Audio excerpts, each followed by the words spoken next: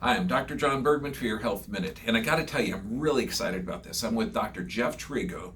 Now, I've known him as a student way back when I was teaching. Then we worked together for about 7 years, and he just produced this brilliant book, To Heal a Nation. And by gosh, you could not get a better time for this. This talks about breaking from the symptom drug paradigm that we are, and it's clear, concise. We're talking years of work, and here's Dr. Jeff. Thank you, John. It's been a pleasure knowing you all my years, and your passion for chiropractic is legendary. This book is available on Amazon. The reason why I wrote it is I'm tired of all the opioid addictions, needless surgeries, and all the other things that are being done when instead we could focus on our inner healer. The body heals itself, get adjusted, exercise, eat healthy. All these paradigms are taught here, and God doesn't make junk.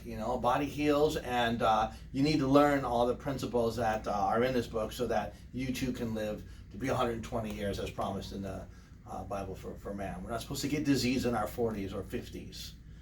Yeah, so this is super exciting. The time for right now.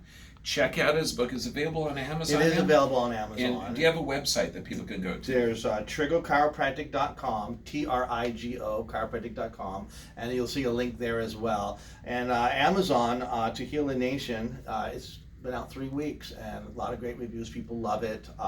Grab a copy. It will be available on Barnes & Noble and 30, 40 other platforms and so forth. But the sooner you get it, the sooner you can start learning, and the sooner you can start sharing and stop these needless surgeries and opioid addictions and so forth.